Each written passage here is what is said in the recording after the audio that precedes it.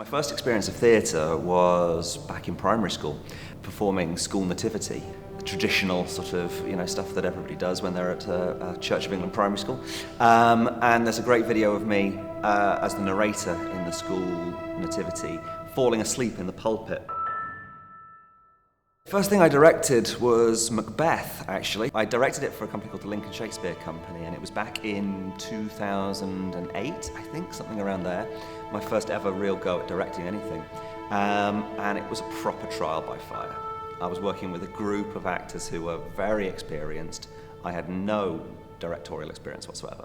I knew there was something that I really, really liked in the process of working with actors, in the process of putting a vision together with a group of people. That sort of led a little bit down the line towards setting up my own theatre company. So I was working as an accountant of all things. I ended up miserable in that job, hated it. In fairness, the company, very nice company, no problem with them. I was the worst accountant imaginable. Eventually I just sort of said, look, this is ridiculous. I don't like this, I can't do it. Time to leave. So I just handed in my notice and then went home and sort of thought to myself, well, what do I actually want to do in life? What do I want to be involved in?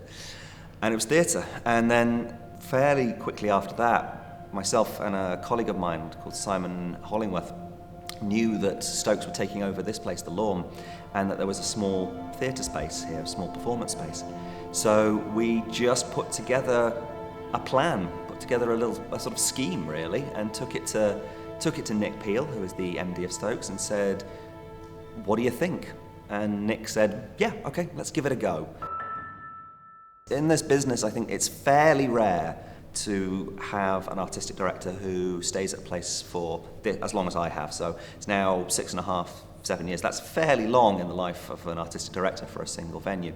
But I think it's because quite literally in places I have put this venue together. It's been a labour of love. So I think my love for this space and what we're developing here, it's almost like we're just getting started now. I think my wife would probably have a go at me if I didn't mention the fact that I got married here. That would probably be up there as far as memorable moments and indeed shows.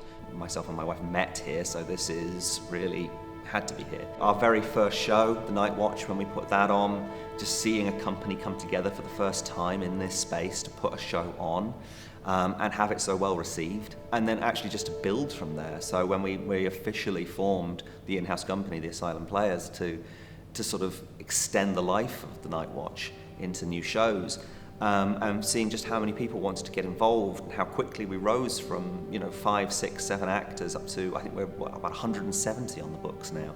I think then we started bringing in shows where we were effectively commissioning adaptations and new work. It's just lovely seeing that growth of the company and the theatre.